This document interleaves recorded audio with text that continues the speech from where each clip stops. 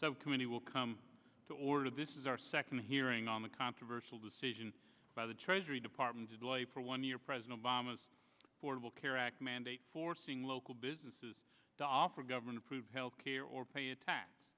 Today, at last, we'll hear directly from the Treasury Department. What families and workers in my district are asking is this: isn't it unfair to grant business relief from the government mandate, but still force average workers to comply with their mandate? If the President's health care law isn't ready for business, how is it ready for my family, my child, my loved one? And at its heart, both families and workers are worried and wondering, why isn't the White House listening to us? This isn't fair. The President has proclaimed, quote, "the law is working the way it's supposed to," unquote, and the White House, Treasury, and Health and Human Services continue to repeatedly assure the public everything's on schedule.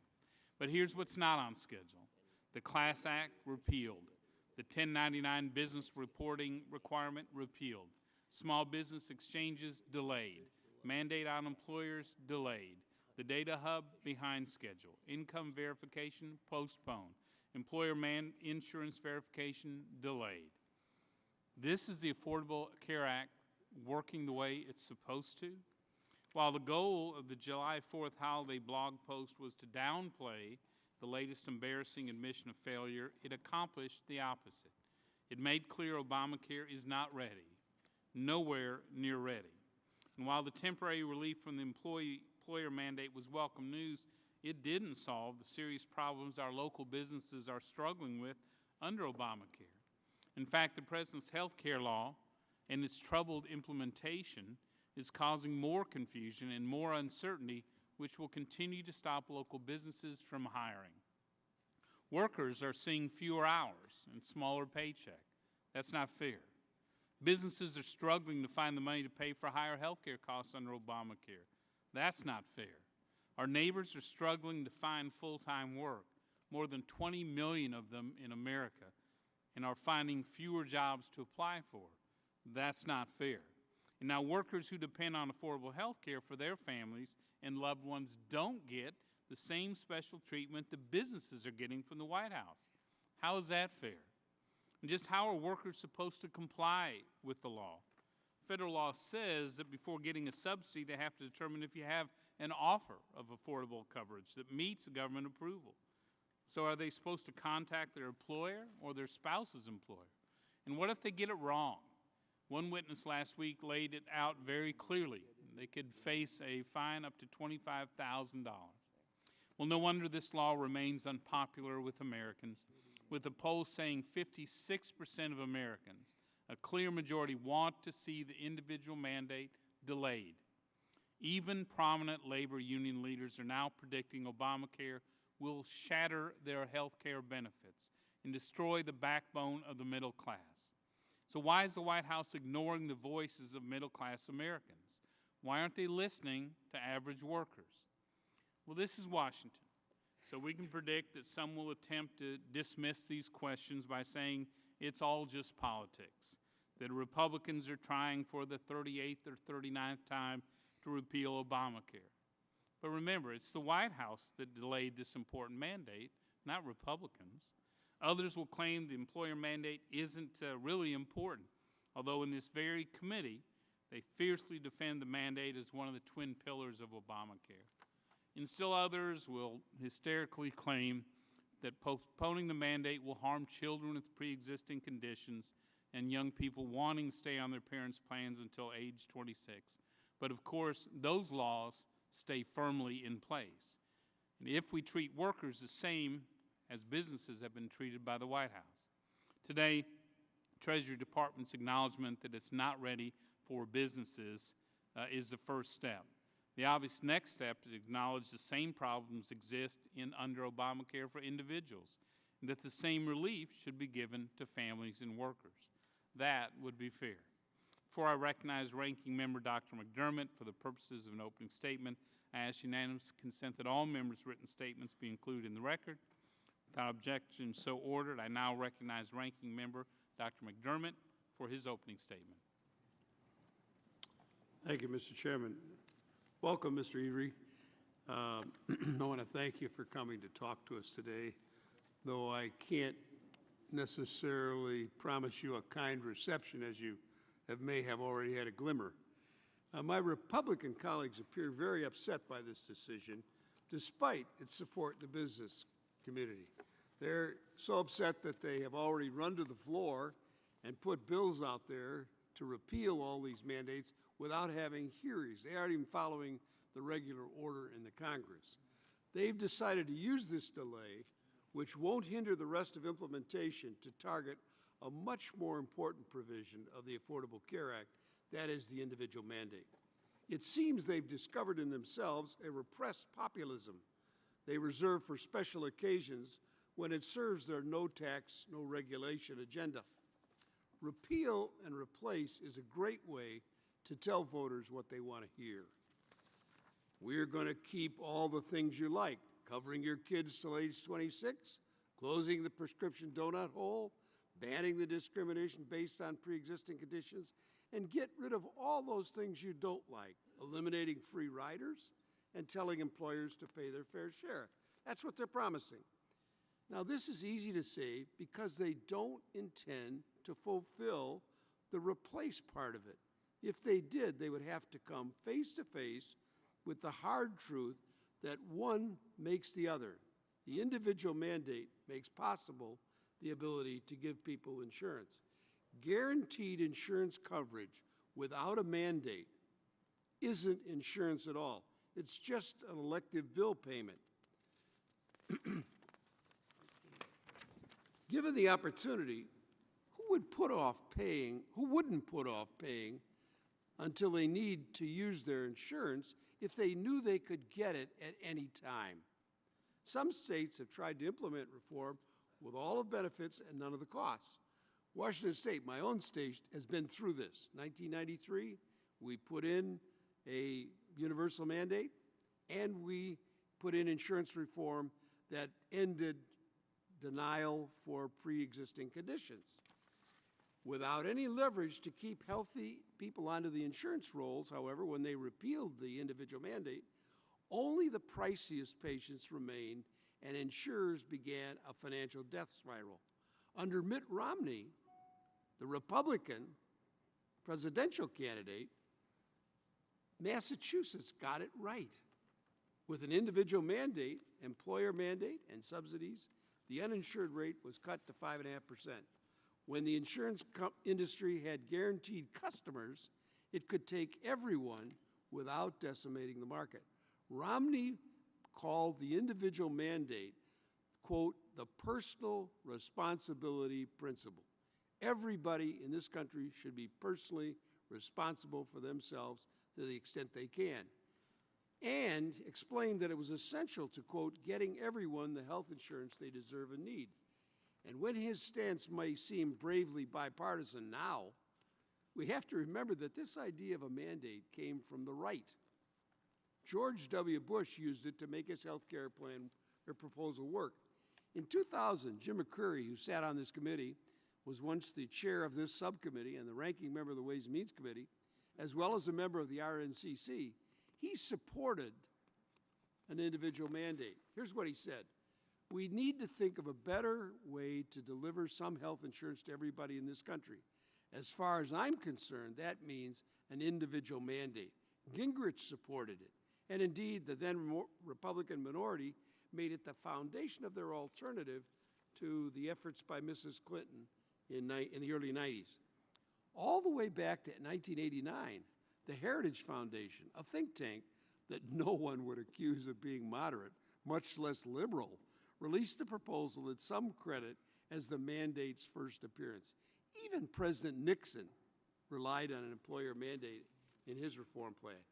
Personal responsibility and eliminating free riders is usually, and I emphasize usually, the hallmark of conservative policymaking. People should be responsible for themselves. The reason they want to get rid of the safety net, people should be responsible for themselves. So after decades of Republican support for an individual mandate, what's changed? Republicans know that health reform only works if everyone has skin in the game. And at some point I have to ask, do they really want it to work? Do they want to help some Americans get affordable coverage? If you won't accept the Republican ideas in the ACA, what's left? I never wanted a mandate personally.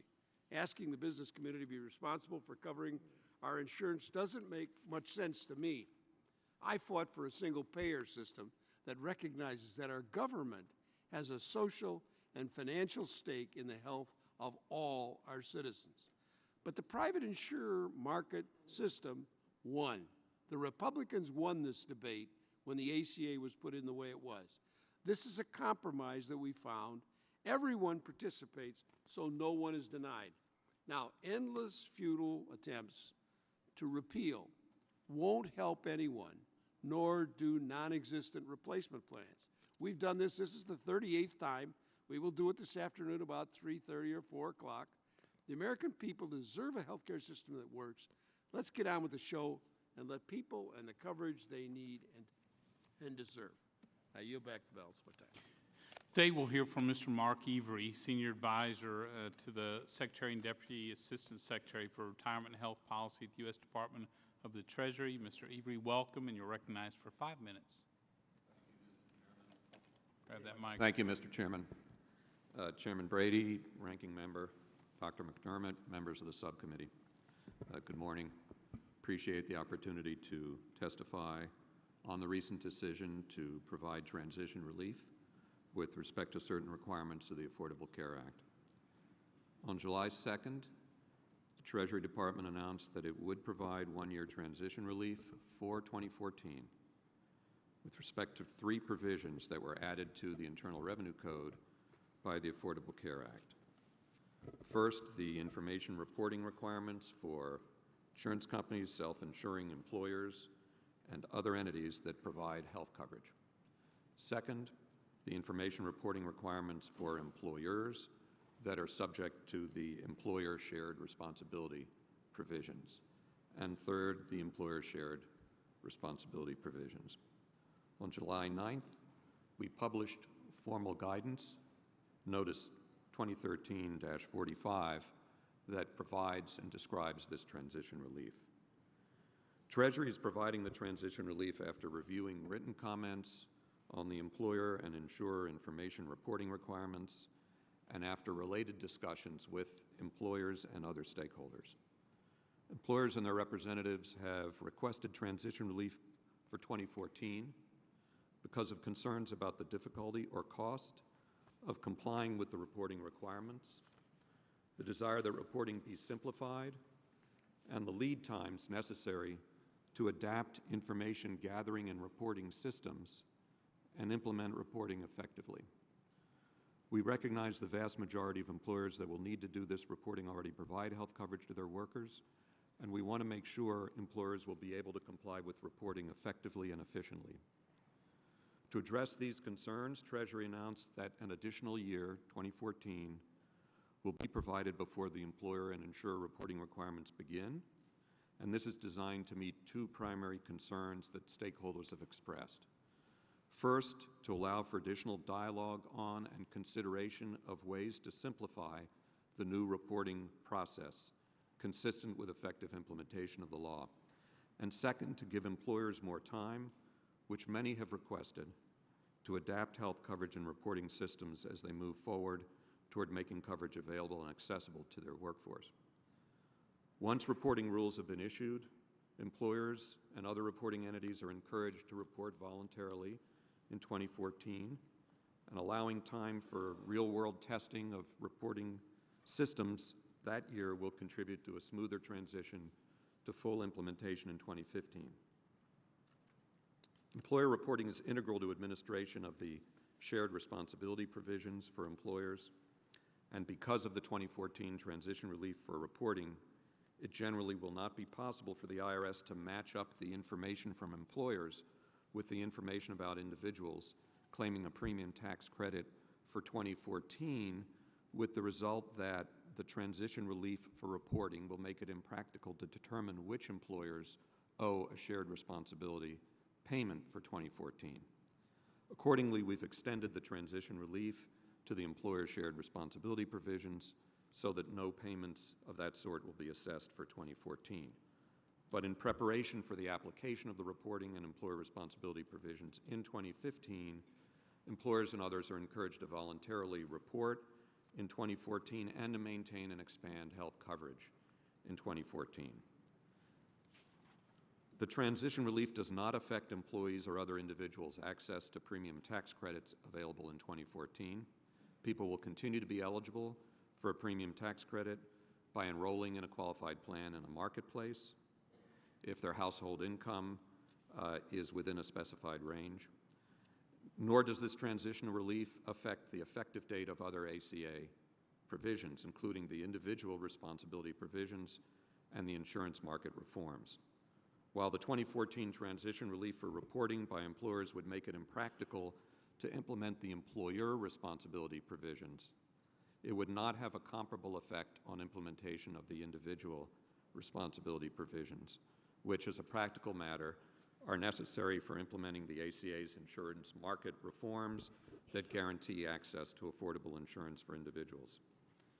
As you know, this act is projected to provide coverage for tens of millions of Americans, and Treasury is implementing, together with other departments, to build on the progress already made toward better and more affordable coverage. We appreciate the opportunity to further work with the committee to achieve these objectives, and I look forward to answering your questions.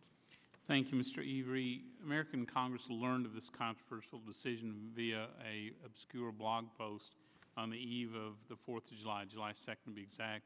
This is a blockbuster decision, wasn't made in just one afternoon.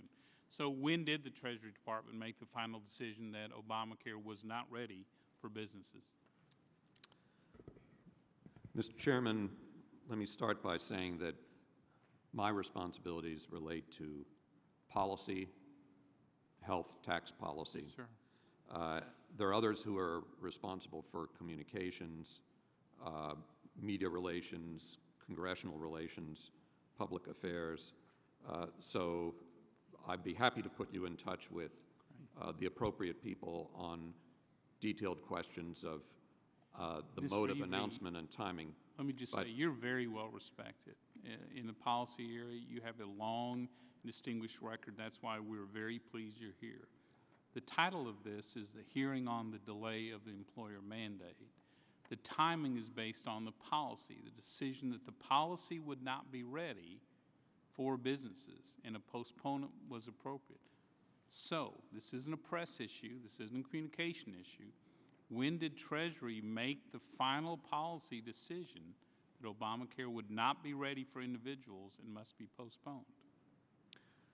Mr. Chairman, Treasury made the decision that employers' requests for more time to comply with the reporting requirements were valid requests and meritorious shortly before this transition relief for employer reporting was sometime announced. in June?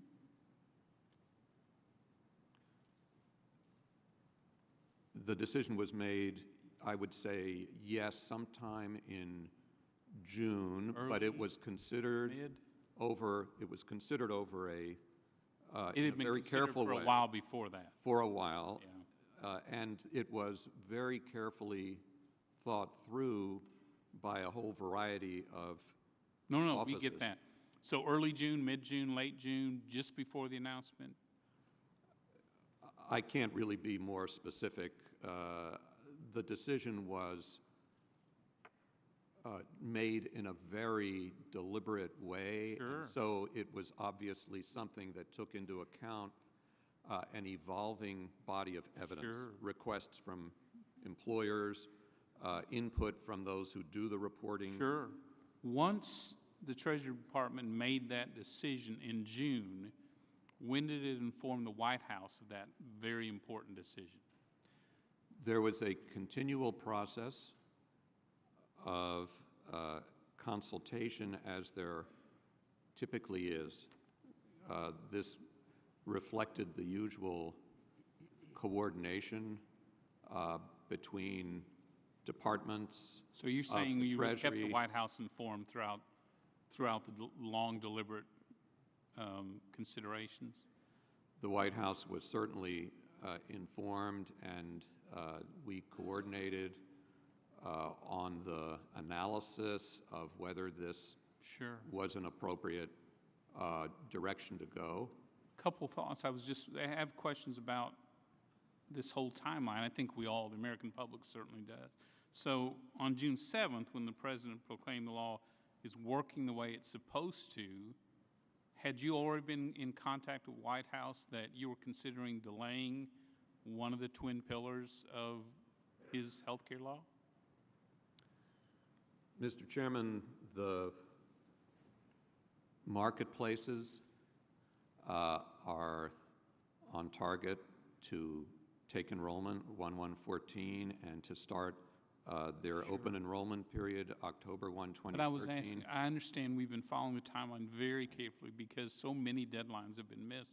The question was, since you just testified, you've kept the White House informed throughout the whole deliberate process. Was the White House aware of your decision to postpone this, or the possibility when the president told the American public everything's great, it's working the way it's supposed to? I'm just trying to understand if there's a disconnect between Treasury and the White House in this area.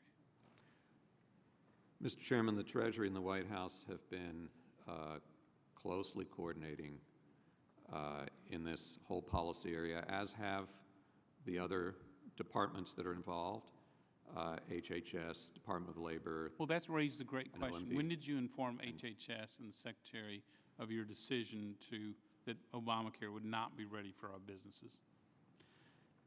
The decision, Mr. Chairman, respectfully, was to give employers more time. For reporting and therefore reporting. postpone for 1 year. So when Right. did Treasury, and I know, again, we're thrilled you're here. You have a great reputation. We know you know this issue inside and out. There's no question about that. So, and because you know what the topic of the hearing is, so when did Treasury Department inform HHS? Mr. Chairman, I have not been involved in all the conversations, all the meetings, or all the phases of the decision-making process. And I don't really expect any human being to be able to be in all those meetings, but when was HHS informed? I'd be happy to take that question back to people who have been And respond. involved. Right. And Was any member of Congress or their staff informed of this decision ahead of the July 2nd blog post? Again, Mr. Chairman, my role is not a congressional relations role, so I'm not able to give you a good answer to that question, a reliable but answer you'll- to that question but now, you'll but I answer would be that by more than letter? happy, yes, more than happy to take that back to. Can I ask you this from policy standpoint? Clearly, the decision made Obamacare is not ready for businesses. As we sit here today, do you think the Affordable Care Act today is ready for implementation for workers and their families? Definitely, Mr. Chairman. I think It is the definitely affordable. ready today. The exchanges are set up. The It is process on for a path today. workers. It's not supposed to be implemented, of Got it. course, today, but I take your question to be, Is it is ready it on a path? today? Is it on a path to be ready when it needs to be ready on January 1st, 2014? The reason I ask this is Yes. that you probably believe Treasury has the legal authority to postpone the employer mandate, correct? I'm confident we do. And you have then the legal authority to postpone the individual mandate, correct? So if you can do one, obviously you can do both. Mr. Chairman, the questions of legal authority are ones we take very seriously and deliberately. And You obviously we- researched one on the employer mandate, and the individual mandate is its twin brother. So answer is, yeah, you probably believe you do. We would not necessarily apply the same analysis to any other provision. The decision to provide transition relief, while one that, as you know, Treasury has taken on a variety of occasions with under different administrations. You know, I think different what our big legislation. worry is, Sir. that you have the legal authority in your mind to postpone this for businesses, for Warren Buffett.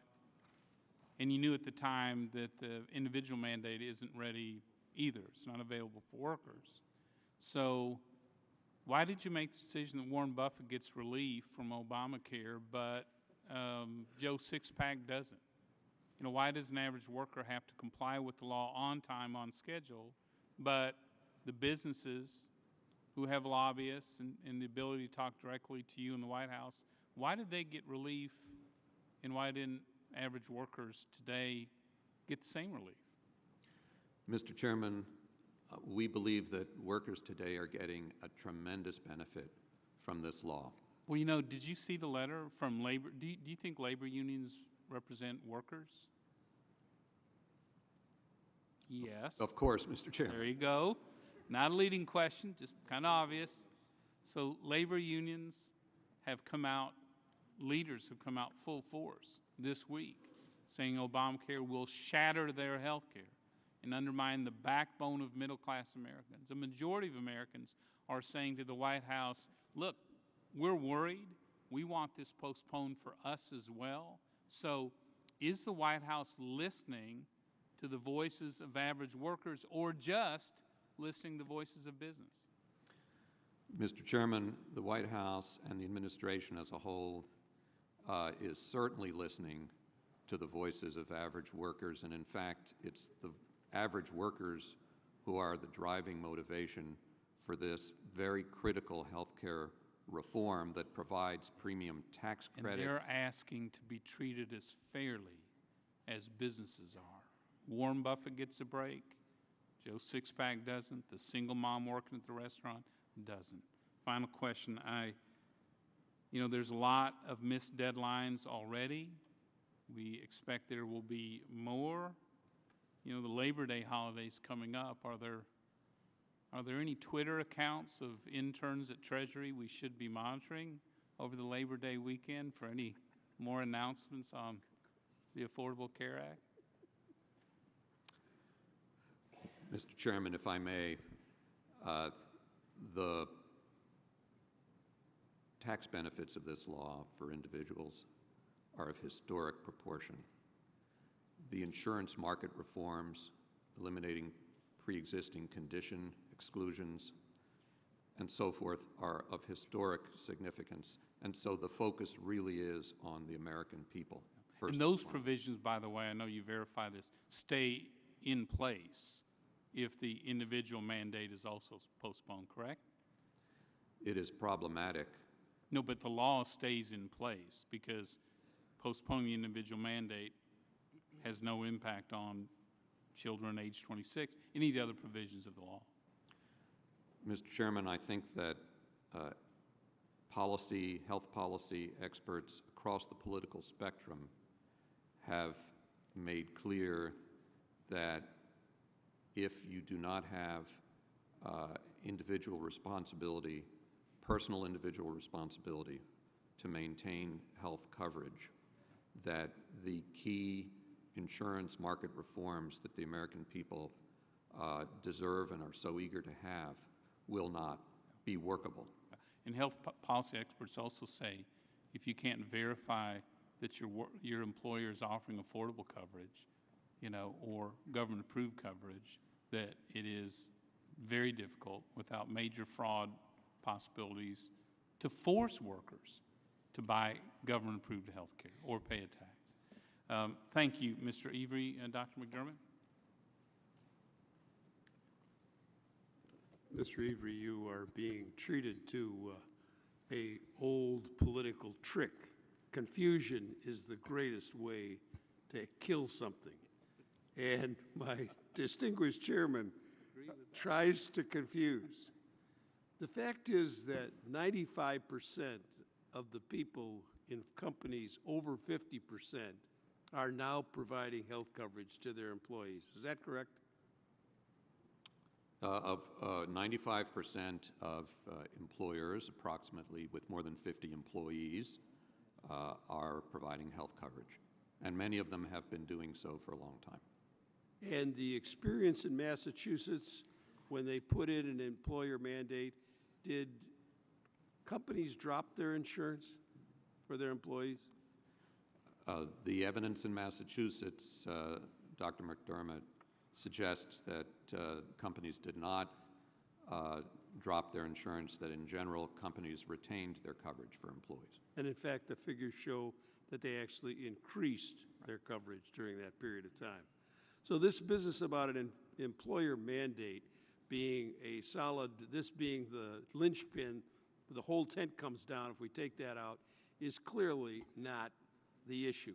It's a reporting question of how many people you have working 35 or 40 or whatever hours and that kind of stuff. On the other hand, as you point out, the individual mandate is essential to the insurance principle. If you're going to look and cover everybody in this room, you have to have everybody in here paying into the program on some level. Either the government pays in through Medicaid or individuals pay in. Otherwise, if we have this whole group over here that just sits out and says, I'm not going to join this thing, I'm going to wait until I get sick, and then I'm going to jump in. What is the effect on the insurance industry of having 10, 20, 15%, whatever, sitting outside and jumping in every time they're sick? We know, Dr. McDermott, that the effect of adverse selection tends to be to drive up the costs for the insurer and hence the premiums for the individual, and that without some protection against people waiting until they're sick to acquire the insurance, and protection against people who then get better dropping the insurance after they feel that they don't need the immediate care, that is really critical to the pre-existing condition, the guaranteed availability of coverage, and the other fundamental insurance reforms that protect people. So that's probably explains why Governor Romney, a noted conservative Republican, put the individual mandate into the program in Massachusetts, because he knew on an insurance basis it would not work if you didn't have everybody in. That's Correct. been the experience all across the country. Washington State, 93, we put in an individual mandate and guaranteed issue. We gave the two pieces. And then the legislature took out the individual mandate and left the guaranteed issue. Within 3 years, we had no individual sales, individual coverage in the state of Washington. All the companies left. Every single one of them left. Now, that's really what's at stake here, it seems to me. And to say that the employer mandate is connected to that really is a ruse to get us into a big argument about bringing the whole program down. Now, is there anything that you feel you haven't had a chance to explain? I'd give you another minute or so to. Well, there are a number of things, Dr. McDermott, and I'm sure we'll get to those, but one point building on what you just said is that the guaranteed issue, that is the ability of people to get insurance, small businesses to be able to get insurance for their people, the guarantee that if you get sick, you won't be deprived of your health coverage, that the pricing won't be prohibitive because somebody in the small business workforce is sick or because the individual, someone in their family, needs a lot of care. Those insurance market reforms, including the protection from pre-existing condition exclusions, will go into effect together with the marketplaces, the access to coverage, the tax benefits to assist people to afford coverage. All of that will go into effect at the beginning of 2014 as scheduled. And as you point out, it's the employer reporting and responsibility that are being getting transitioned from 1 year. Thank you, Mr. Avery. Time has expired. Mr. Johnson? Thank you, Mr. Chairman. Mr. Avery, you've already answered some of the question. You said the law wasn't supposed to work as it was supposed to, and you decided to delay the employer mandate. Why was a blog post used to notify people about that significant change? Isn't that an unusual method of passing along such important information? Mr. Johnson, my responsibilities at Treasury are policy as opposed to communications.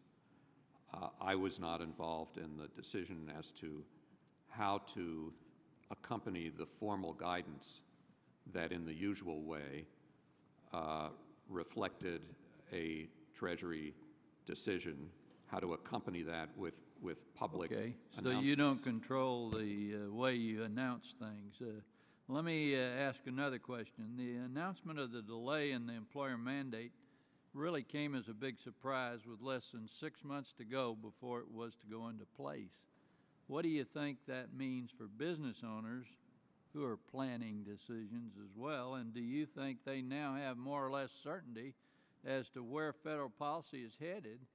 And do you think they're more or less confused about what will be in place in 2015? And will it only be a year delay? Could it be 2 years? Could it be 5 years? Mr. Johnson, I'm happy to answer all of those questions. Go ahead. First of all, the business community were the ones who requested additional time. We listened to everybody, all the stakeholders, not just the business community, representatives of individuals themselves, people across the spectrum of those who are involved in our healthcare system. But it was the employers who provide the vast majority of coverage to American workers who told us we could use a little more time. We are implementing these reporting provisions. We are implementing the systems we need for employer responsibility. And in the course of our very extensive back and forth with them, Congressman, lots of interaction, they've increasingly, over the past few months, made the point that they need a little more time in order to implement this smoothly, and they could use, if possible, some simplification or greater flexibility in the form or timing of the reporting provisions. How many companies did you hear from?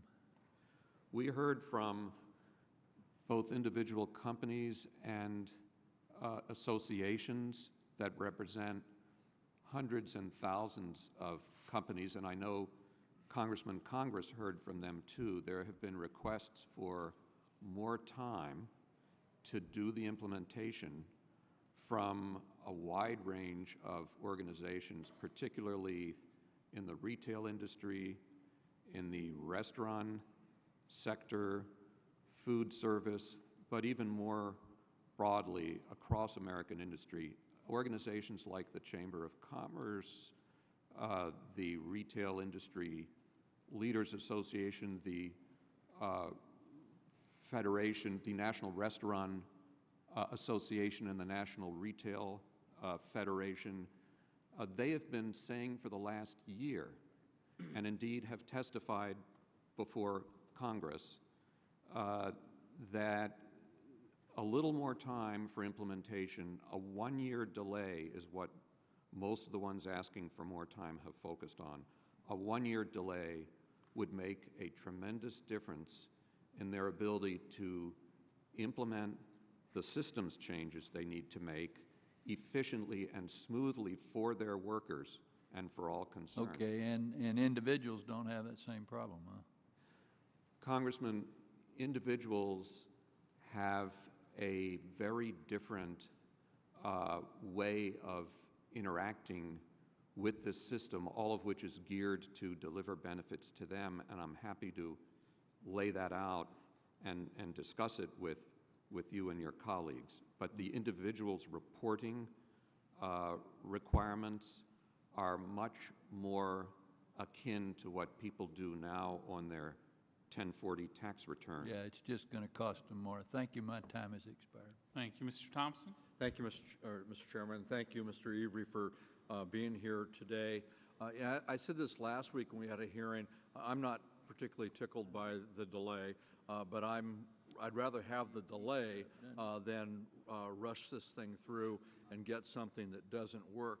And the truth of the matter is, this was working. we're seeing good results, and I've got a list of them that I was given today. Just in my district, 7,500 young adults in the district now have health through their parents' plans. More than 6,000 seniors are getting discounts on their prescription drugs. 100,000 seniors and 194,000 individuals are able to have preventive services. 224,000 individuals are saving money through rebates from their insurance, and 38,000 kids with pre-existing conditions now have access to health care coverage. This is all good stuff. And further, in the New York Times this morning, there was an article that says that that the states approved their rates for 2014, and that they'll see at least a 50% lower on average than those currently available in New York today. So these are all indications that things are going in the right direction, and so I'm okay with the delay to make sure they continue to go in the right direction. I've been having meetings in my district with business folks, trying to provide information on how businesses and the employees of businesses can benefit by Obamacare. And I found it remarkable that the number of businesses that show up to my meetings with employees far lower than the 50 full-time employees. They're the overwhelming majority of people in these meetings, and they have no idea, for the most part, that they're under no employer responsibility provisions. Matter of fact, when they come to these meetings for the first time, it seems many of them are finding out that not only do they not fall under this provision, but that they may have access to a marketplace where they can get insurance for themselves and their employees at a much more competitive price. And I pointed out the New York Times story, but this is true. These lower rates are true in California and Oregon and Montana and the District of Columbia. So I think we've got a good story to tell, and I would suggest that my colleagues on the other side of the aisle who are critical of this, instead of having more floor votes to try and repeal the good work that we're trying to accomplish, that we do better outreach and make sure folks understand the benefits of this and help them get enrolled in these money-saving, health care providing programs that are out there.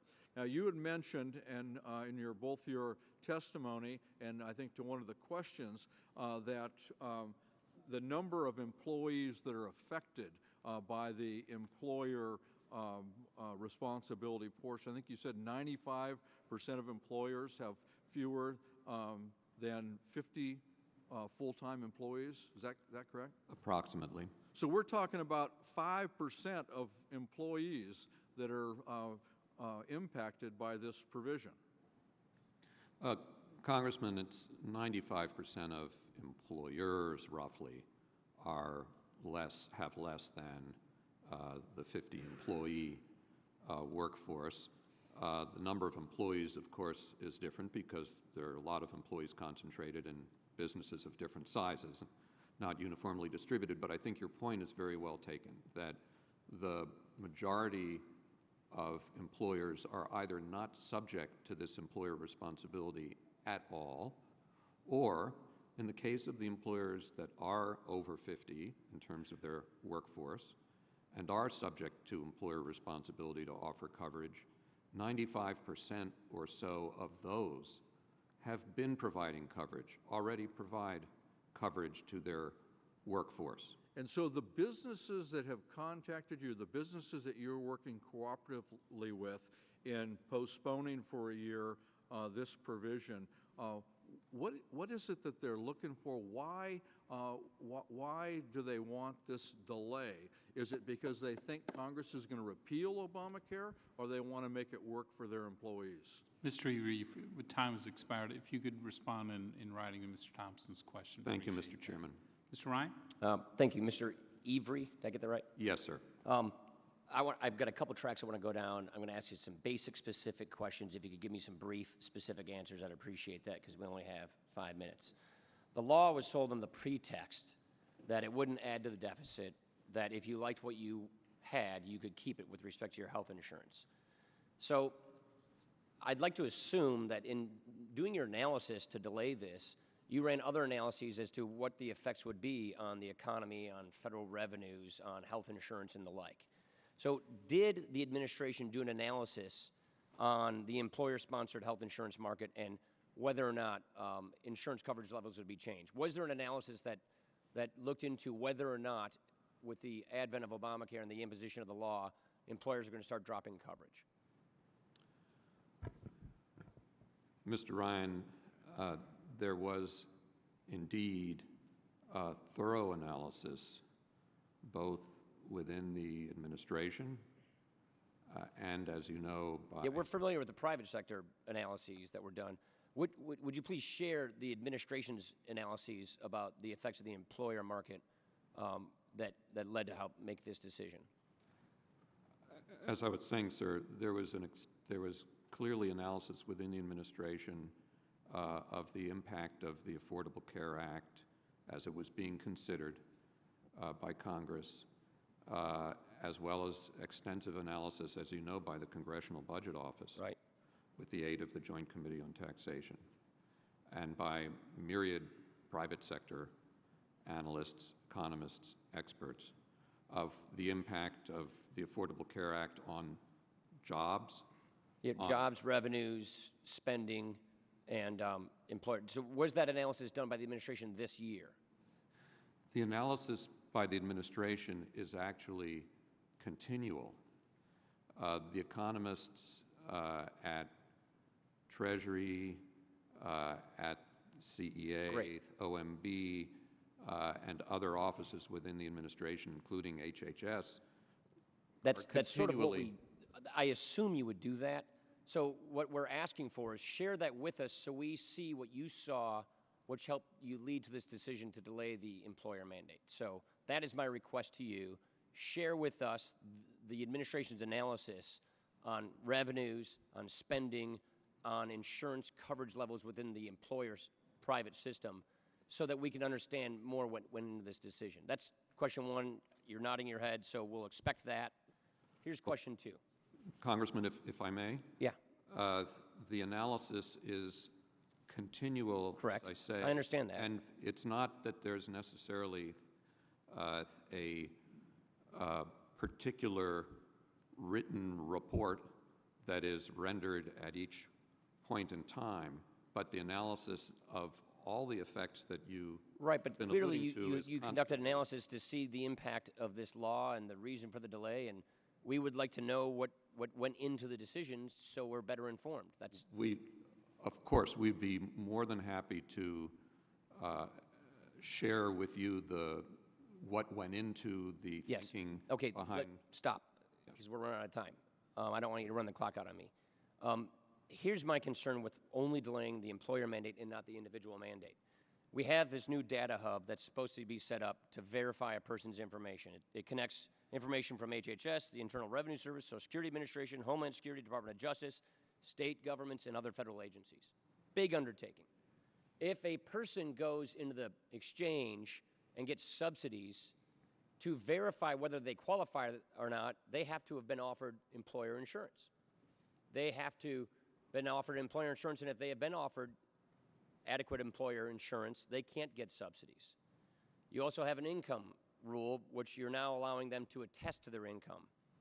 How can you not conclude you're going to have a lot of fraud, a lot of confusion, a lot of abuse, whereby individuals will get subsidized exchange tax credits when they weren't qualified for it? Then when the mandate kicks in a year from now, you'll reconcile the records and you'll find that there are a lot of people in this country who signed up for exchange subsidies that they weren't entitled to. The law makes them claw that back, so they'll get a massive tax bill from the IRS taxing them for the exchange subsidies that they were not entitled to now that in 2015 you've got this information. How is that not going to be the case if you only delay one of the mandates and not the other? Mr. Avery, time has expired. If you could answer that question either in writing or to another member, that'd be terrific. Mr. Kynes recognized. Thank you, Mr. Chairman. And Mr. Erie, thank you for your testimony and the work that you're doing. I imagine, just to get to Mr. Ryan's point, is that it's not all that unlike people who file their tax returns, take certain deductions and expenditures in it, and there's possible audits that come from that. It's no different from what individuals or businesses do today. So well, that's another whole nother subject, but I am also, like Mr. Thomas, in the category of applauding the administration's decision in this remark, that we feel it's important to get it right than to do it fast. And I applaud the administration's outreach to businesses large and small, to individual businesses and the associations, when you're receiving feedback that they need more time, that some of this stuff is a little bit complicated.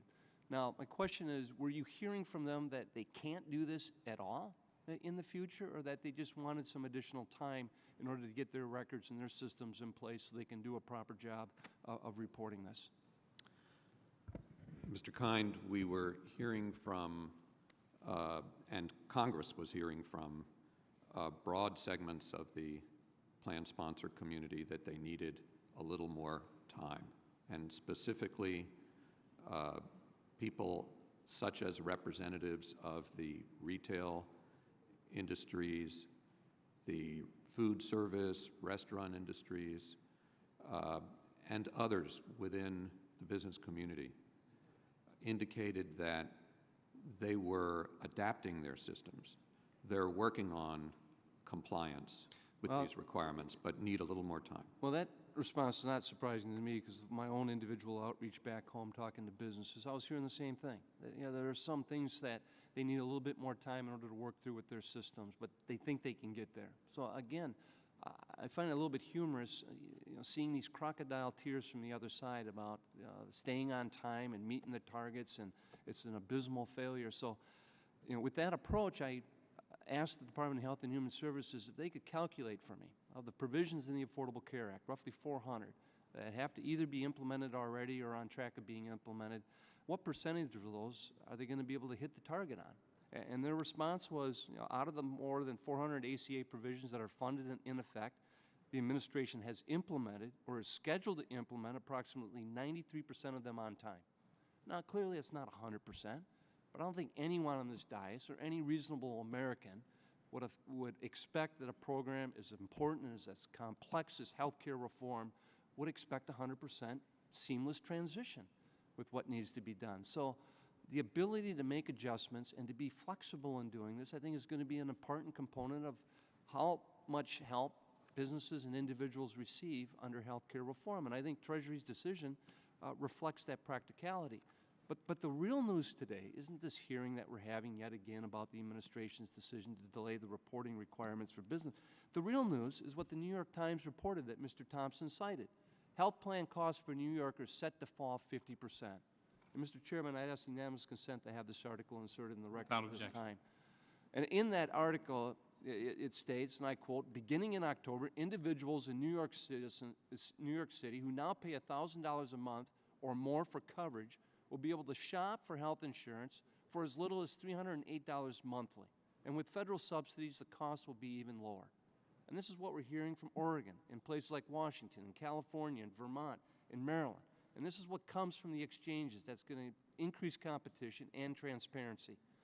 So again, this is exactly what the exchanges are meant to accomplish, and this is exactly the type of information that's coming back. And sometimes I wonder whether or not their greatest fear on the other side isn't the delay and isn't the hiccups, but the fact that this has a chance of really being successful and helping businesses and individuals be able to obtain affordable and quality health care coverage. Now, Mr. Thompson also recited a fact sheet that all of us were given about the impact of the Affordable Care Act on our individual districts, from individuals to seniors to businesses. And my numbers line up pretty much what Mr. Thompson was just reciting as well, of the positive benefits that are already going out, that people are feeling and seeing directly because of the effect of health care reform. And Mr. Chairman, I would ask again unanimous consent to have these fact sheets that we were given today inserted in the record. Without objection, I also would like to put in the record the HHS compilation of the provisions that have been implemented so that the public can see that as well. But if you have a copy of that, we'd like to put it in the record. Well, Mr. Erie, it just seems as if the administration is just trying to take a pragmatic approach to this and not trying to rush things whose time may not be ready yet for implementation. That's certainly reflected in the outreach that you did. And again, I commend the administration for listening to the businesses and associations and making this very, I think, reasonable and pragmatic decision. All time has expired. Mr. Roskin? Thank you, Mr. Chairman. Mr. Every, on June 7th, President Obama told the American public, this is working the way it's supposed to, referring to the Affordable Care Act. As it turns out, that's not correct. Isn't that the point? Respectfully, Mr. Roscom, I strongly disagree with that. So in your view, in other words, it's going just the way it was supposed to, it's working the way it's supposed to, and this delay was contemplated the way it was supposed to? Is that what you're testifying today? Congressman, the marketplaces will be. In other words, did you do the delay on purpose? Was this contemplated at the time at which we've heard from administration officials for the past several years that it's all on track? And in fact, the president put his personal imprimatur on this. This is working the way it's supposed to. Are you saying that the individual mandate and the blog post release on July 2nd is the way it was supposed to go? Is that your testimony? Congressman, the individual, as you call it, the individual mandate, the individual responsibility provisions are fully on track. How about the employer mandate? This isn't supposed to be that tough. You're not making the representation that the employer mandate is going the way it's supposed to. You're not saying that, are you? Congressman, this is a very ambitious legislative. But it wasn't supposed to be like this, right? It wasn't supposed to be that there was a release of a blog post that said it's going to be delayed. So you're not going down that cul-de-sac where you're defending this as part of a plan that it is going exactly the way. I know you said you're not in the communication side of things and that you're in the technical side. Can I just give you a recommendation? Don't defend the delay as being on purpose. So at least you're acknowledging with me that this was not intentional, right? Congressman, as I was saying, this is a very major piece of legislation to deliver historic benefits to the American people. There are various significant parts to provide coverage to tens of millions of people who haven't had it before. Right, but the point is, it wasn't on purpose, right? The timing of this was not on purpose. The delay of the employer mandate was not something you contemplated. Moments ago, you were asked questions of the chairman, what was the timeline of this? And the communication that, at least the representation to the committee, was that this was basically a revelation and a discussion and a decision that happened at Treasury in some consultation in the White House around June. Isn't that right? Wasn't that your testimony? Congressman, I believe that the chairman asked when the final decision was made as opposed to when the decision or when the process of thinking about whether. In other words, are you kidding me? Did you have an inkling? Did you have a foreshadowing that this was going to happen at the time when the President of the United States tells the American public it's working the way it's supposed to? Congressman, the law as a whole is not something that I think anyone would have expected. All right, there you go. At least thank you for acknowledging that. All right, now let me focus your attention on a statement that you made a couple of minutes ago to Mr. Johnson. You said that individuals, shifting gear, individuals have a different way of interacting with the system. They sure do. To follow up on Mr. Ryan's point, if individuals who aren't represented by anybody except us, they don't have lobbyists, they're not part of some big coalition, they're just individuals. If they get on the wrong side of the law based on the characterization that Mr. Ryan had, here's what happens to them. And this is according to Mr. Jost, who was a Democrat witness last week.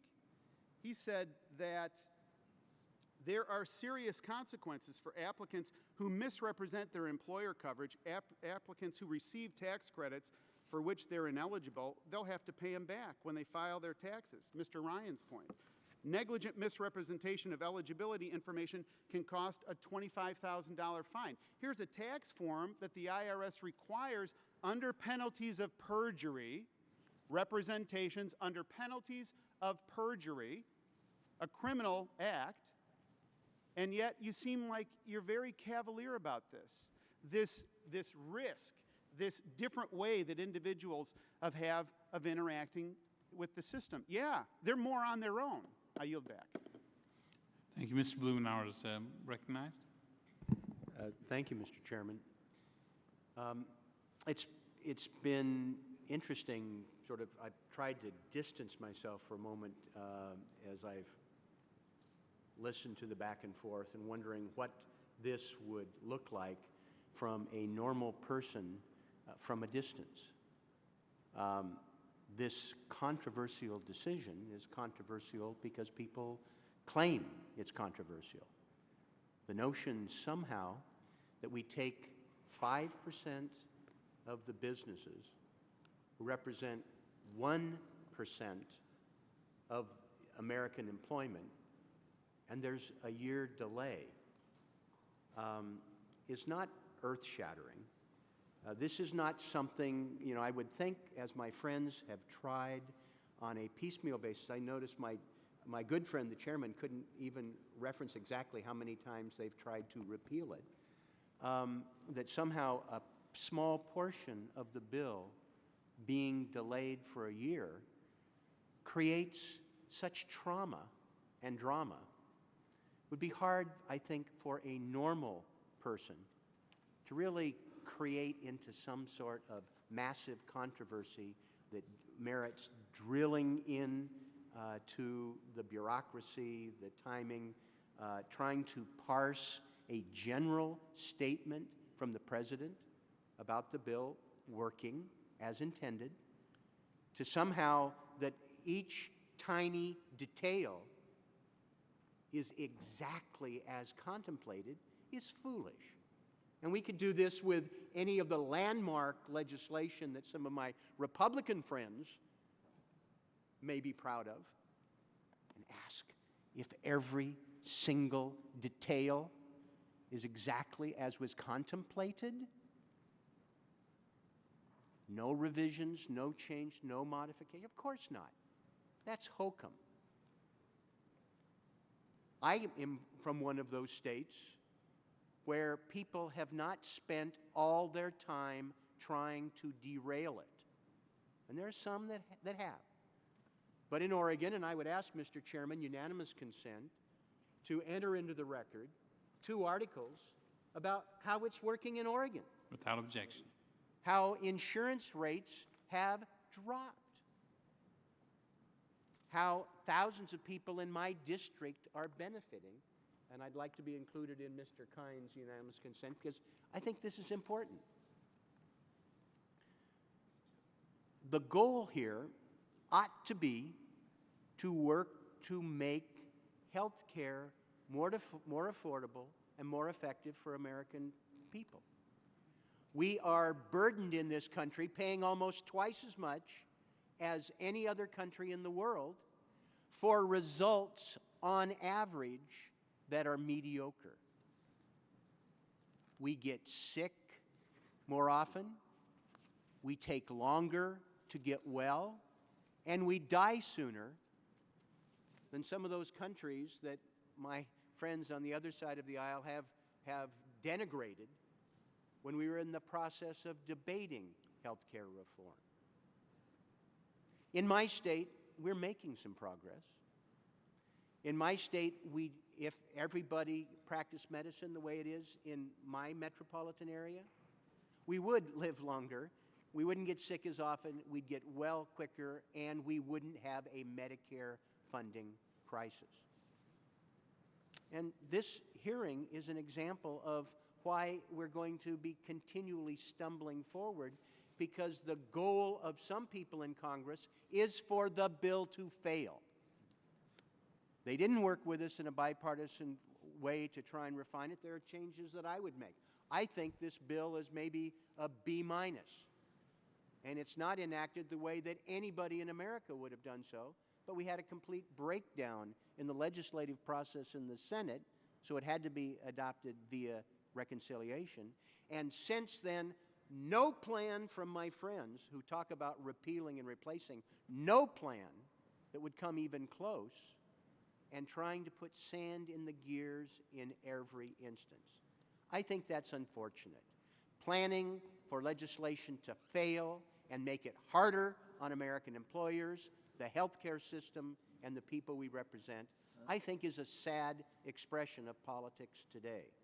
But in my state, look All at the time results. has expired. You could do it in yours. Mr. Thank you, and Gerlach I is yield back. recognized. Thank you, Mr. Chairman. Thank you for testifying today, Mr. Ivory. I want to go back to the individual mandate provisions of the Act relative to the employer mandate provisions, which under this notice has been suspended until 2015.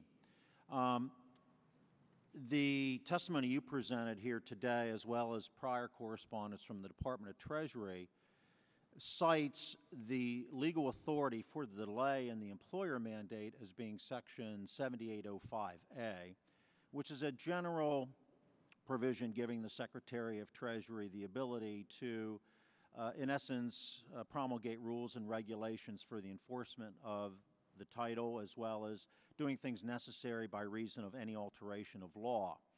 A pretty general prescription of authority and what you call in your testimony long-standing administrative authority to grant transition relief.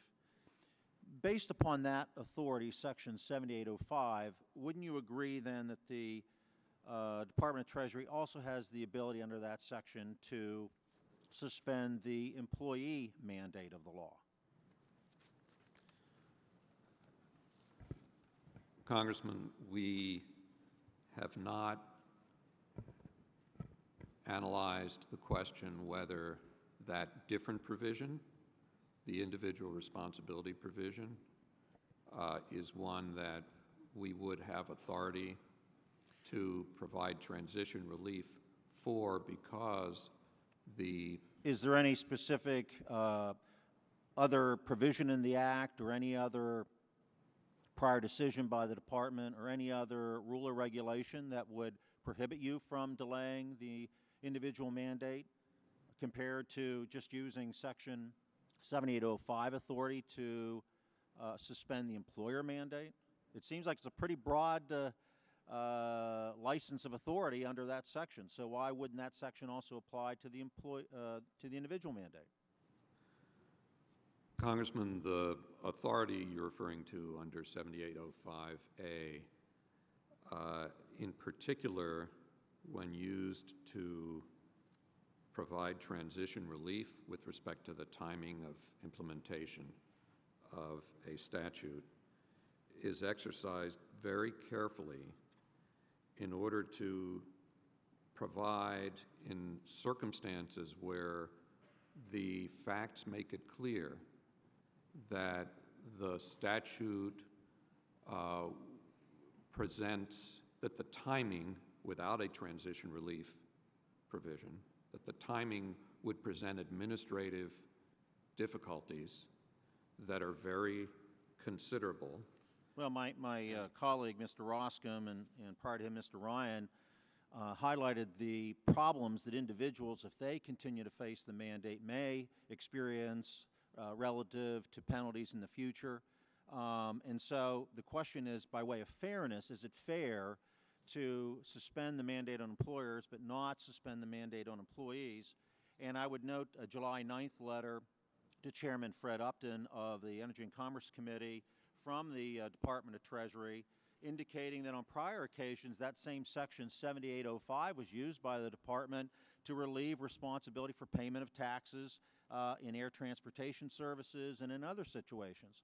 So given the fact that the Supreme Court has ruled that this individual mandate is in fact a tax, and the fact that this Section 7805 has been used in the past by the Department to relieve individual taxpayers of taxpayer responsibility because at the discretion of the Department it was an important thing to do, why is it not fair to individuals now under the Affordable Care Act to have their mandate of taxes be relieved and suspended while the employer mandate is also being suspended? when you clearly have the authority, the discretion under 7805 to do that? Congressman, the decision to provide transition relief in response to the requests from those in the plan sponsor community for more time to complete the successful and efficient implementation of their reporting systems was made very deliberately after assessing the credibility of those assertions. And you made mention in the last few minutes about the number of different employers that contacted you about that need. Did you get any input from individuals about the need to not have an individual mandate placed upon them? Did you get anything on your website and mail, emails from individuals around the country that didn't want to see this individual mandate implemented? Time has expired. If you could answer that question in writing, sir, I appreciate it very much. Mr. Pasquale is recognized. Thank you, Mr. Chairman. And Mr. Chairman, I've got to give credit where credit is due. You've run a very civil discussion, questions, but it's pretty bizarre when you think about here we are again trying to undermine the law when you come right down to it. You had me on the first part of that statement. I meant it. The Affordable Care Act is complex, no question about it. It was passed to contain skyrocketing costs. We could not sustain the system as it was. Many companies are going bankrupt. And to give uninsured Americans access to affordable health coverage. And I think we need to ensure that that is done. That should be our priority. This delay should not be just another excuse for obstructionism. I think we should be working to ensure that this law is implemented effectively. Seems more productive to me than voting over 38 times to repeal it. Mr. Every, thank you for participating today. You're a senior advisor in the Treasury Department to the Secretary, correct? Correct, Congressman. Now, many of my friends on the other side of the aisle are asking why the administration would delay this component of the law and not delay the individual mandate. They are fond of a talking point that says that if the administration is delaying the employer mandate, they should delay the individual mandate. You've heard that many times. This is comparing, to me, apples to refrigerators on a scale and scope quite different. How many businesses does the employer mandate impact? Congressman, I don't have that exact figure with me, but we'd be happy to get back to you with an answer. But it is, as you know, 95% of the American employer community that is smaller than 50 employees and therefore is not subject to the employer mandate. That is 95% of businesses are not subject to the employer responsibility. If we apply those numbers, it's about 10,000 businesses, in my math, comes to that figure. Is that far off, or am I in the ballpark? Happy to confirm that. Would you or do that? check that for you, Congressman. Which is 1% of the workers, correct? Congressman, it's about 5% of the employers that are large enough. Talking about the workers now. Right. When it comes to workers, the percentages are different, and I don't have them in front of me. But of the 5% of the employers, 95% of those already provide coverage. Well, I will stand corrected. If you come back to me with that, I'd appreciate that when you have time. Certainly. 1% of the workers will still have the option of using the state exchanges to purchase health care. I'm not talking about the businesses. I'm saying the total number of workers. According to a just-released Urban Institute study, repealing the individual mandate would cause the uninsurance rate, if I can use that term, to be a full 50% higher than it would be with full implementation of the law. Am I in the ballpark? Congressman, be happy to review that study and give you our Pretty startling if views. it's true. I mean, I just didn't pick these numbers off a shelf. I go through the Labor Department with numbers, and you start making divisions and multiplication, and that's what I call it. Now, this is an additional now, if that's true, and you're going to get back to us. 13.7 million people without insurance, an additional 13.7% without insurance. I think making sure these 13.7 million Americans have health insurance on January 1st should be our focus here today and tomorrow and the next day. If the majority wants to discuss the plight of the individual, that's who we should be talking about. I yield back, Mr. Chairman. Well, time has expired. Dr. Price. Thank you, Mr. Chairman. And I want to just say to my friend from New Jersey who just spoke, what we're simply trying to do is to make certain that the healthcare system works for patients and doctors, especially because that's where all of us interact with the healthcare system, is when we become ill and have to go see our doctor. It's clear that the administration and the Treasury Department now see that it doesn't work for employers.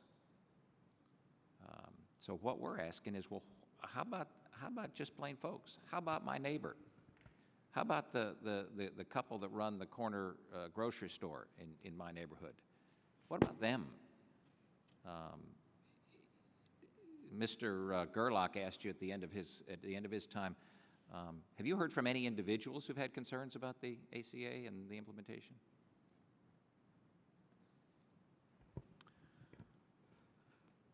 Congressman, we've had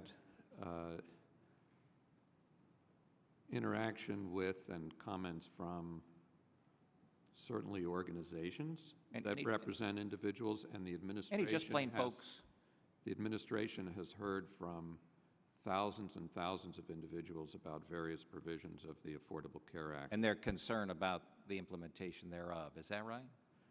Congressman, I think that the input from individuals has been on all sorts of aspects, and many of them, I believe, very supportive of the Affordable Care Act. Many of them opposed as well, though I mean, that's what we get in our office, right? I assume that that the input from individuals has spanned the spectrum of views. Absolutely, absolutely. So if we're listening, if the administration is saying, okay, we're going to listen to the employers, and God bless you for doing so, thank you very much. We've been telling you this for 3.5 years or 3 years now. Shouldn't we listen to just plain folks? Isn't there a rationale that could be made that if we're going to give this kind of year's relief for employers, for businesses to comply with all of the machinations of this complex law, shouldn't we give that same relief to just plain American people? Congressman, my understanding is that, among other channels, that many individuals communicate with all parts of the various parts of the government, HHS, the White House, et cetera. No, but the question is, shouldn't we give that same relief, that same delay? And that much of what individuals are asking for is the protection from pre-existing condition exclusions, the protection from being denied. The chairman clearly identified that a delay in the individual mandate wouldn't exclude the opportunity or that portion of the law. Isn't that correct? Have you had any discussions at Treasury about the possibility of a delay of the individual mandate?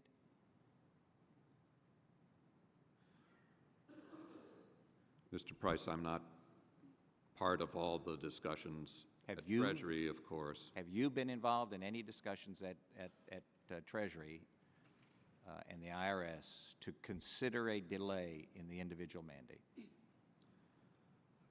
Congressman, we have not. Have you, Mr. Erie,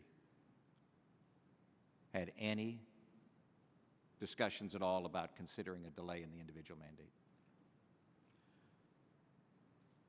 Congressman, I do not recall being part of any discussion that involved a view on our part, or my part, that there would be a necessity to provide more transition relief than Congress has already provided for individuals under the individual responsibility provisions. The transition relief that is phased in, that provides a much lower level of penalty in 2014 and lower in 2015. But you were involved with the steady discussions state. about the delay in the employer mandate, is that correct? Congressman, very much involved in discussions about whether transition relief was needed with respect to the employer reporting and the broader employer responsibility requirement. I've got just a few more seconds, and I appreciate that. Yes. There've been questions about this 95% of employers who employ more than 50 individuals currently cover their employees with health coverage. 5% do not. Do you know how many that is? How many folks is that? How many employees in that 5%? The 5% of employers who are over 50 Correct. that do not offer coverage currently? Correct. Be happy to get you that figure. The thorough analysis that you all said you did, these are the individuals that are now thrown into the individual mandate, right? These are the folks that now have to provide coverage from themselves, and I look forward to following up. Thank you, Mr. Chairman. Thank you. Mr. Smith is recognized. Thank you, Mr. Chairman, and thank you to Mr. Avery for being here today to share your insight. Can you tell us what the first indicator was that you detected that would eventually lead to this delay in the employer mandate? And what was it, just the weighing in of business folks, or were there other indicators? Mr. Smith, as I know you appreciate, we are in continual contact with stakeholders. But more specifically, what would you say was an early indicator? And for at least the last year or so, a number of major representatives of large portions of our economy, people such as the retail industry associations. So it was concerns by the private sector that were raised that were the earliest indicators that perhaps this needed to see a delay?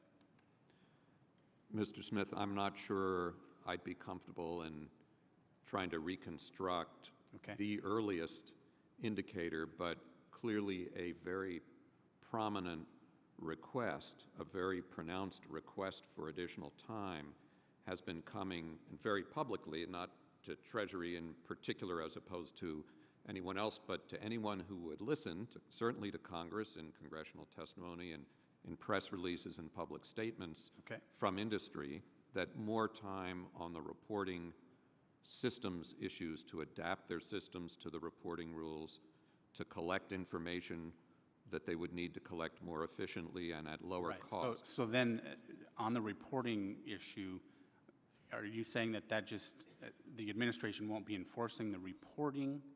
How is it, explain again how this can be done without Congress codifying the very desire for the one-year delay?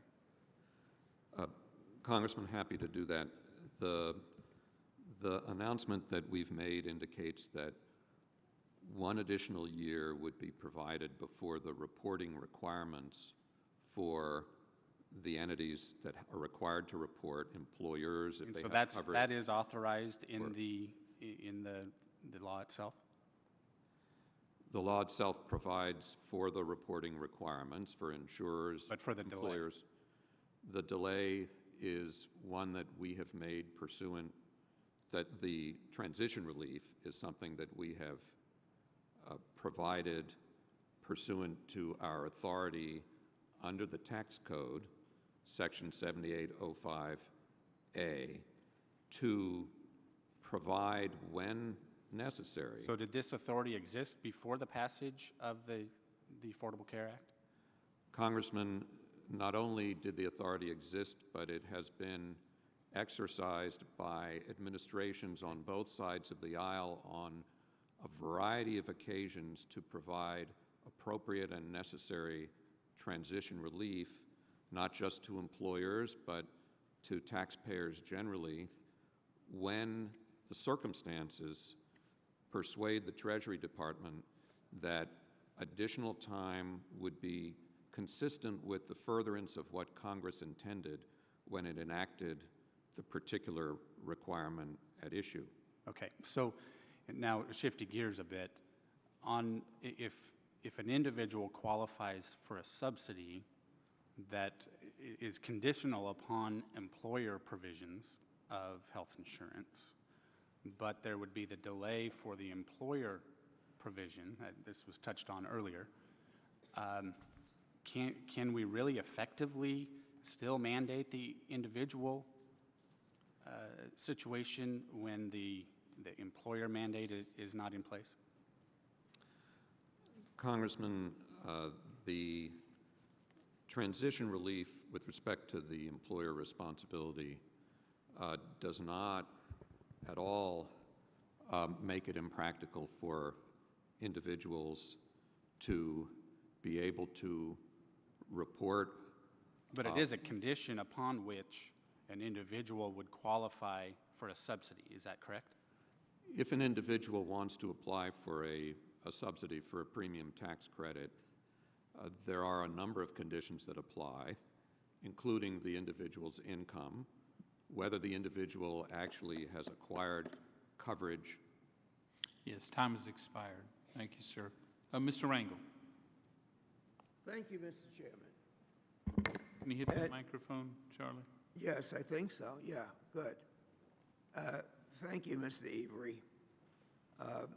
You seem to be hesitating in a lot of the responses from the questions that are being asked of you, and it's my observation is because they sent the wrong person here to answer. You've indicated, and your record shows that you are involved in policy, and this committee needs someone that's involved in politics, because there is no question that no one cares about what the policy is, and no one cares whether the president delayed anything. Actually, most anything that the president wants, the majority party in the House, they don't want. If the president actually walked on water, I'm certain that the speaker's group would be saying that the president can't swim and that we ought to take another look at him. Now, it's very unusual for me to remember any circumstance where a major piece of legislation is being opposed and suggested that it be repealed when they have a president of the sponsor of the legislation in office. And so I don't think you have to be a politician to answer that. If the Republicans were to repeal the Affordable Care Act, does it appear that the President of the United States would veto it? If the repeal is passed by the House and Senate, which is almost politically impossible, in your opinion, would not the president veto it? My understanding, Mr. Rangel, is that that is certainly the case. And everybody in the House of Representatives and the Senate, they know this. And so obviously, they don't give a darn about your policy or the president's policy. It's here to embarrass the president or the administration as it relates to doing what they want done. They not only want it delayed, they want it out. There'll be bills on the floor to delay and to repeal other parts of the bill. My question to put on your policy hat is, if their political goals and legislative goals were achieved, what would be in place to provide health care for Americans? What would be there? Mr. Rangel, if this legislation were repealed, wiped out, we would continue to see tens of millions of Americans, more than 50 million, without coverage, so many of whom would get coverage as a result of this act. We would continue to see insurance taken away from people because they've gotten sick or the pricing increased. Well, what about young people? Would they be able to get on their parents' insurance program up until 26? Would that be available to them? It if would this not. was repealed? It would not, Mr. Rangel. Okay, what about the prescription drugs discounts that are provided in this law for seniors? Would that be available if this was repealed? No, sir. Okay, now what about these preventive services? Not waiting till you get sick, but to be able to see a doctor and get medical advice and help before you get sick. Would that be available if we repeal Obamacare? It would not, and it would not be required to be provided at no cost. What about the lifetime? Is it possible that you could make insurance companies keep you insured for life, or could they continue as they had in the past to just cut you off? That is another protection of the law that would not be in effect if the law were not in effect. And if you were applying for health insurance and they said, well, you've been sick before, we don't want to take you, if you wiped out Obamacare, would they be forced to? All time has expired. My time has expired. Send a politician down here next time, Mr. Avery. Well, Mr. Avery, thank you for your brief, clear, concise answers. I hope that will continue as we go on the hearing. Mr. Kelly? I thank you, Chairman. And Mr. Avery, thank you so much for being here. I was reading over your resume. It is really impressive. I mean, there's no question about you being an authority on this. So with that in mind, and you're also a graduate at Harvard Law School, I understand. Let me ask you, because this is worth the crux of this whole problem. Where I'm from, back home, people expect to be treated fair and equally under the law. The Patient Protection Affordable Care Act is a law, correct? So I think there's a natural feeling that I should be treated fairly and equally under it. Now the question then comes down to, what's the definition of fair? Now, I'll tell you what, fair is defined as marked by impartiality and honesty, free from self-interest, prejudice, or favoritism. But back where I'm from, you know what it means? You treat me the same way you treat somebody else. That's all it means. I think it's kind of you don't have to have a law degree to understand that. The other thing is equal. What does equal mean? It's of the same measure, quantity, amount, or a number as another. Like in quality or status. But I thought the part that was best is like for each member of a group, class, or society. So now on July 2nd, there was a decision made, and according to your testimony, there was great deliberation over this. Is that true? Congressman, there was very careful deliberation. Okay, Mike, listen, I got to tell you, I'm real simple. A yes or no is easy for me. So there was great deliberation, yes. Was there also consideration of if we do this with the employer mandate, what do we do with the individual mandate? Any discussion on that? And that's just a yes or no question. Congressman, there was Mr. Avery, I'm not trying to be a wise guy with you, but you don't need to build me a watch. Please just tell me the time. Was there a yes or no? Was there discussion on the individual mandate? Congressman, as the employer responsibility provision, transition relief was I'm going to ask you one more considered. time. Was there a discussion on the individual mandate? Because you said there was quite a discussion on the employer mandate. My question to you, was there a discussion on the individual mandate? It's a yes or no, sir. It's a very easy question. Congressman, the individual responsibility provision, how it would be affected and how it might interact if transition relief was given on the employer responsibility reporting provisions and the other employer requirements, consideration of the potential impact so there was discussion certainly, there was discussion certainly given. Okay, all right. There's discussion on it. And I don't want to be disrespectful, but I only have a little bit of time, and I need you to answer the questions as asked. These are all yes or no's, really. My next question to you is, you know what the deadline is? I look these things up. I'm concerned about this because I have never seen an organization that pays less attention to deadlines in this organization. Deadlines really aren't deadlines, not in the government sector. Now, the private sector, if there's a deadline, by golly, you are held to that deadline, and if not, you're held responsible and accountable for not meeting it. But here, you know what, we'll pick and choose what we want to do. We'll figure out what's fair and equal depending on what we want to do.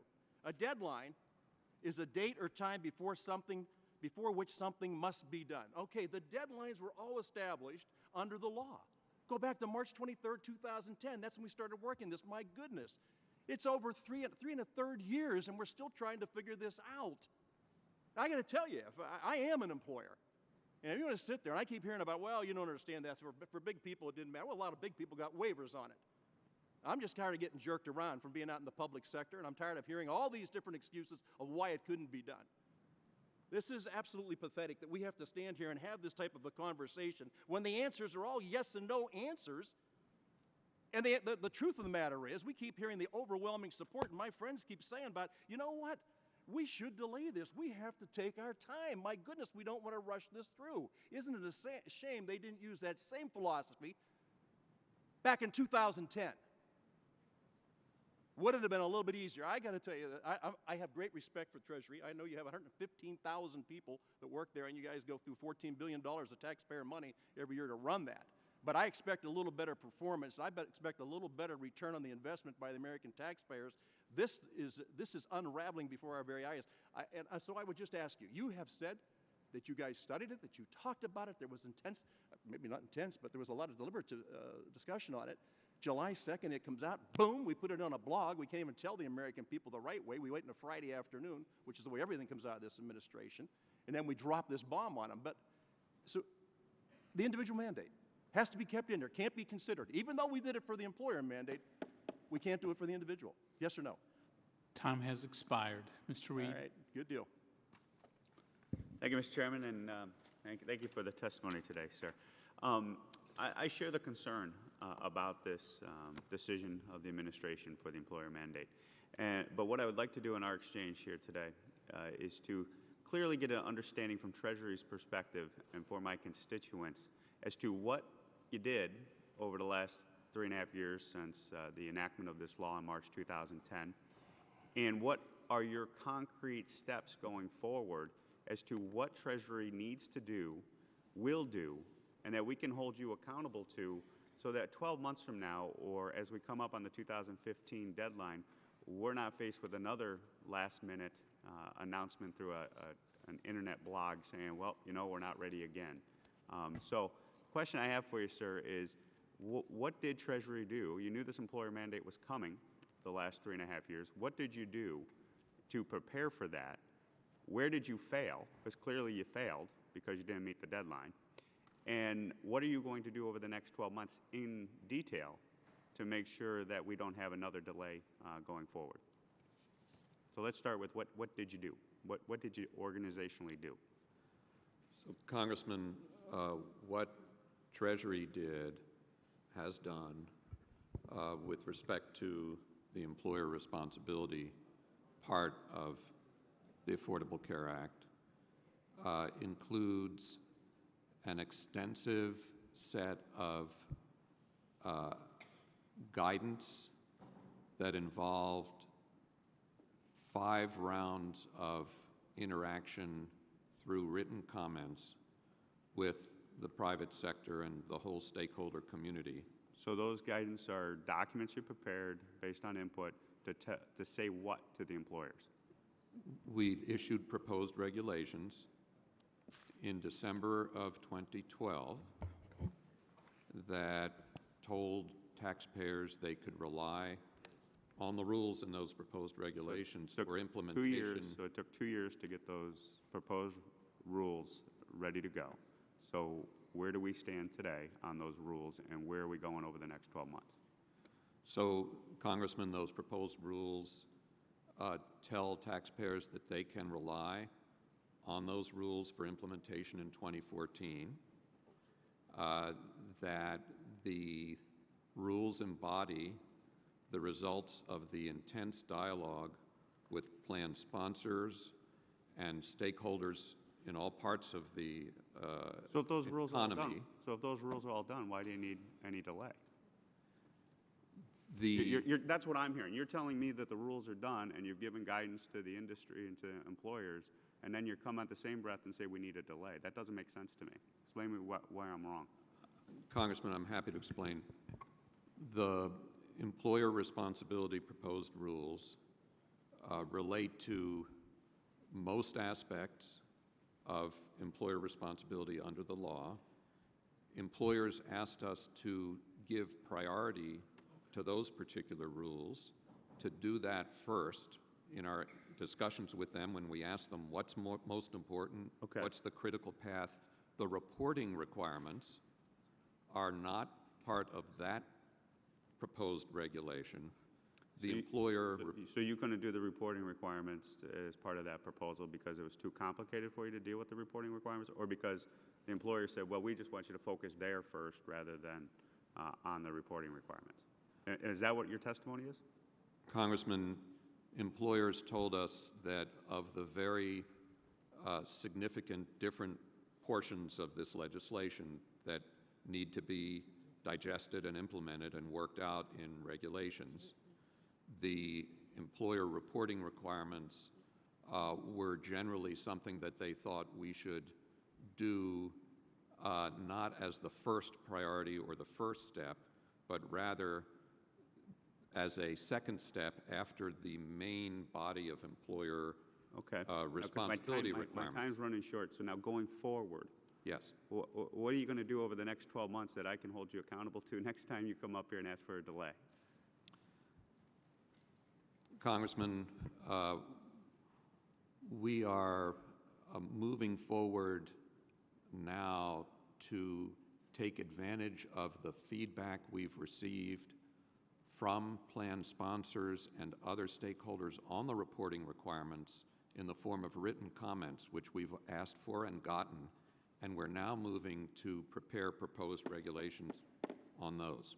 All time has expired. Mr. Crowley. Thank you, Mr. Chairman. Thank you for allowing me to participate. I'm not a member of the subcommittee, and I appreciate the opportunity. Mr. Avery, thank you for your testimony today. While I know this hearing is focused on the employer responsibility requirement, I want to point out something about the individual responsibility requirement as well. Today's New York Times, as I know my colleague from Wisconsin, Mr. Kine, mentioned earlier, highlights that in New York's marketplace, individual policies are expected to see a rate drop of 50% or greater. That's a huge success of the Affordable Care Act or Obamacare, because the major thing that's changed in New York's market is the addition of all those healthy people into these plans. This is a tangible success and proof that all the doom and gloom of my colleagues on the other side is not likely to come to pass. I believe that most employers will continue to offer health insurance coverage. My Republican colleagues want to use the ACA as a scapegoat for business decisions that may well be happening irrespective of health reform. But I'm confident that the overwhelming majority of businesses who offer coverage today without any requirements will continue to do so. Mr. Avery, aren't there a number of surveys suggesting that employers will continue to offer coverage? Mr. Crowley, we do think that there is a good reason to believe that employers that have been offering coverage will indeed continue to offer coverage in 2014, that employers will not drop coverage in 2014 simply because of the one-year transition relief with respect to the employer reporting and because of the employer reporting with respect to the employer responsibility.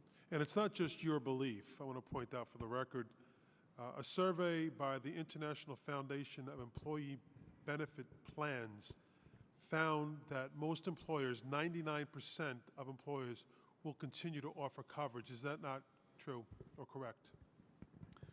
Congressman, I don't have that survey in front of me, but happy to review it and get back to you on that.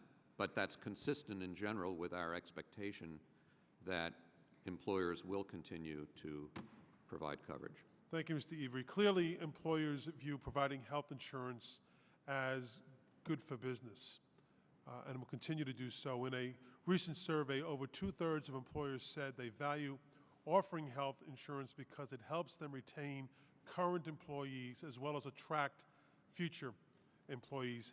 Having healthy employees is also important for reduced absenteeism and increased productivity, which I know my Republican colleagues would all support. So I thank you, Mr. Every, for your testimony today. If you have anything more to add, I would yield you time if you had more additional information you want to provide. Well, Mr. Crowley, I would add, I think it's important to note that another reason that employers have been providing health coverage to such a great extent, and another reason to expect employers to continue doing so in 2014 as they look to the 1/1/2015 implementation date for the employer responsibility provisions, is that very considerable tax advantages associated with employer-sponsored health coverage. That is, the employee's ability to not recognize income on the value of the employer coverage provided to the employee, the income tax exclusion, the payroll tax exclusion, and the employer's payroll tax exclusion for the employer-sponsored health coverage. And those advantages have continued and will continue throughout to make it particularly advantageous for employers to provide coverage in addition to the factors that you mentioned. Thank you, Mr. Every. And Mr. Chairman, once again, thank you for allowing me to participate in the subcommittee hearing. Thank you. I yield back the balance. You bet. Thank you, Dr. Rustani.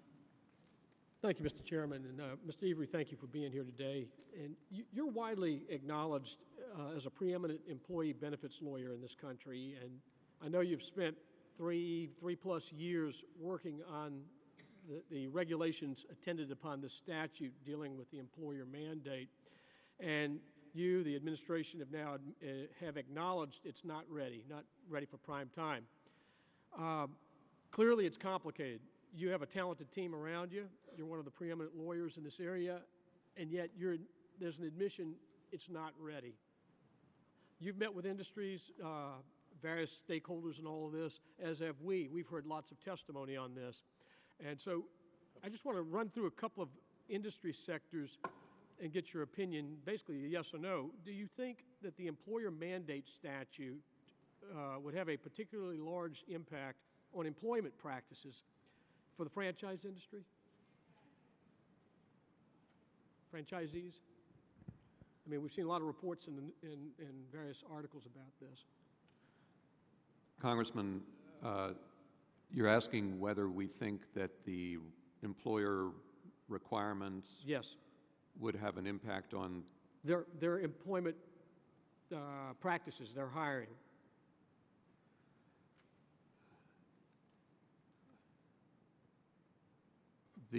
Will it affect the franchise owners? Will it affect restaurants, individually owned restaurants? What about retailers, grocers, small businesses? Right.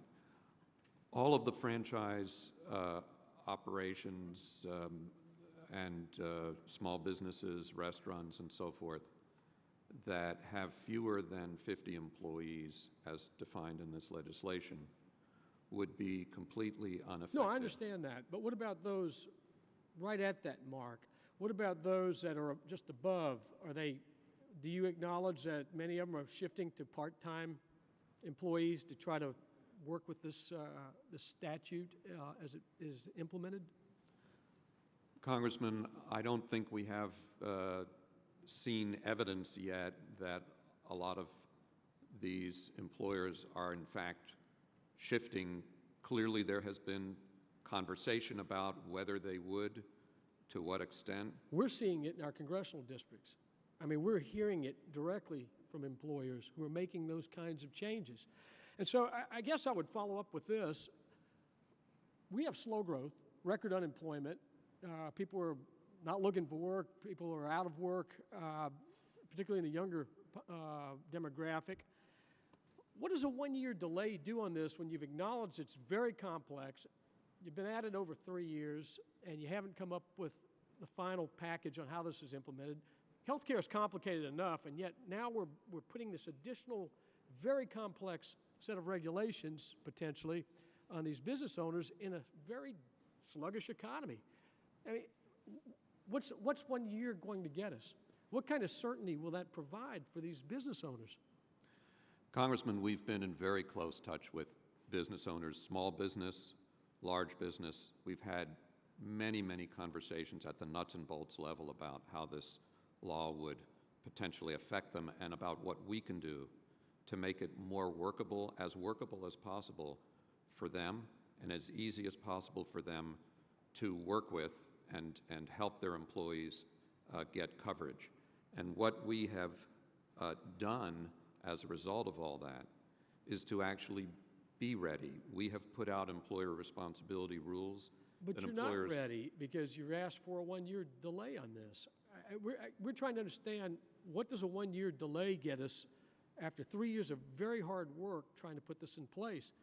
To me, it's an admission that we have something that's far too complex and probably should be repealed.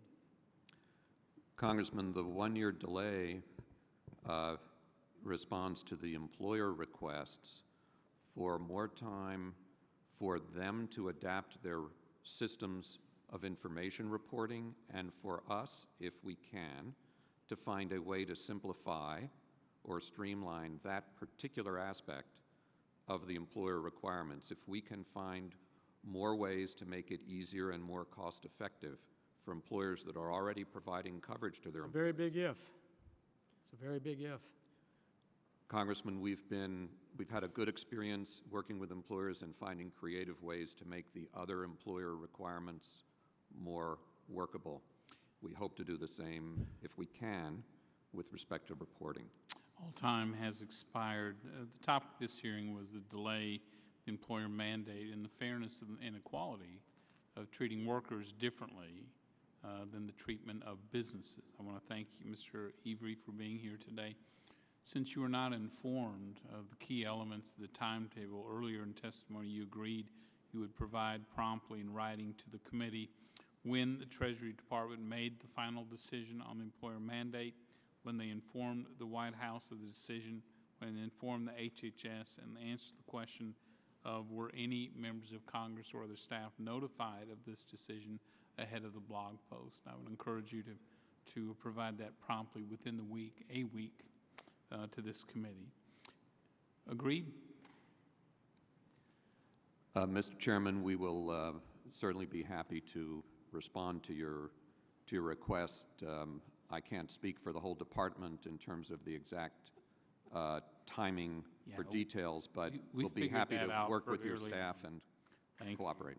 As a reminder, any member wishing to submit a question for the record will have 14 days to do so if any questions are submitted. Mr. Every, I ask the witness respond in a timely manner. With that, the subcommittee is adjourned.